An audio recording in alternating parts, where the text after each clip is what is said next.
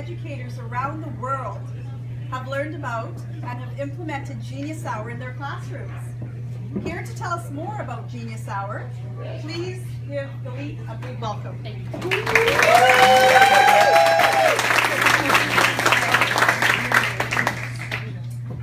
Thank you.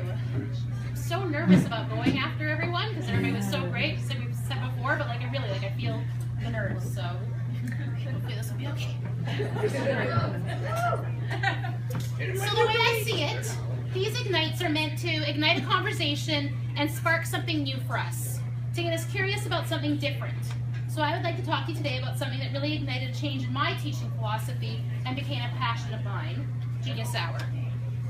It started back, quite a few years ago when I realized that technology was rapidly changing, but I wasn't changing what I was doing in my classroom. And so I asked myself the question of how can I integrate more technology into the class? And then that question merged into a new question as I started questioning my own practice and looking at what I was doing. And I was influenced by Sir Ken's famous TED Talk about, are we killing creativity? And so my next question became, am I giving the students in my class enough time to be creative? And then that question led me to reading about my friend Denise in Iowa's experiences with Genius Hour. And so me and my teaching partner Hugh, we said, hey, she's doing some neat stuff down there.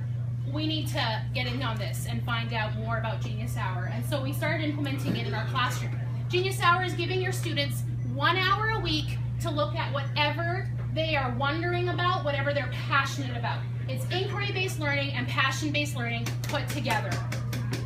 Why? Because kids need time to be creative, to follow their passions, and to be autonomous and have purpose in what they're doing and be given that time to master something that they care about.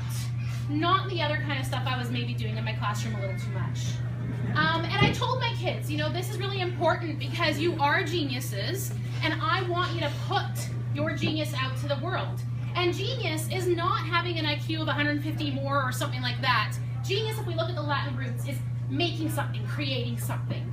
And so those were kind of my whys. I was like, yeah, we need to do this. And then, wonderfully enough, we got some new pieces in our curriculum. Creative thinking showed up there, and actually Genius Hour is now in our BSc curriculum as a great way to teach kids creative thinking. So that's kind of the one why.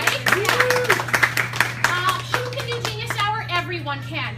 There's a picture of one of my grade 6 students working with our little buddy in kindergarten. She's helping the little buddy do her Genius Hour project. Everyone can do it. And really anywhere, like we're in the classroom, we're doing it there. Kids are working on components at home because they're baking things and then bringing it to the classroom to decorate there and share with their friends. We've got crazy science experiments going on outside because they're too messy for inside. Kids working on their art passion.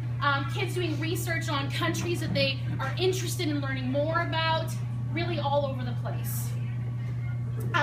The one project that became super, super popular in our class over the years was making documentaries about the process and then using that to share with the rest of the class about their learning. So filming documentaries and then making movies. And I love that one because those kids are working on a green screen based on the learning from the previous group's project on what is a green screen.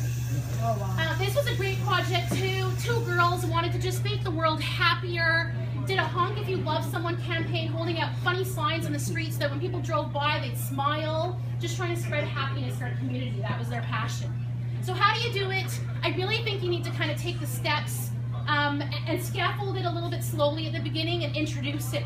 Get them inspired, get them wondering, go on a nature walk and practice asking questions. Watch videos that get us really excited. We all know Kid President, I hope, and if not, watch him tonight when you get home. Right? So we watch things like that and we get super excited about being more awesome and sharing our passions with the world and making a difference in the world. Then we brainstorm what we care about, what we wonder about, what we're passionate about, what's in our hearts, what breaks our hearts, and create all kinds of brainstorms about what projects we might want to do. Over the years, we decided to change it into don't just have a topic, but we added a 3rd step to create an inquiry question with it too, so they were more focused. When it was just a project topic, sometimes kids got a little confused with what they were actually doing and what product they wanted to have again to share with the class or what learning experience they wanted to share, so we focused in on questions. And the whole time I kept questioning my practice too. Is this making an impact? Are we doing the right thing? What do we need to change? And I really think it was making an impact, not just on their learning, but also on my teaching. I changed so much as a teacher. It trickled into the other subject areas. Socials and science became more exciting. Everything became more inquiry-based. And we just kept reflecting and reflecting and reflecting as we were going. So that's my story about Genius Hour. If you'd like to learn more, please get on Twitter. Check out the hashtag Genius Hour. There are amazing educators from all over the world who share their projects, questions, everything through Twitter. You can put your question on and somebody amazing will answer it by the end of the day. Thank you.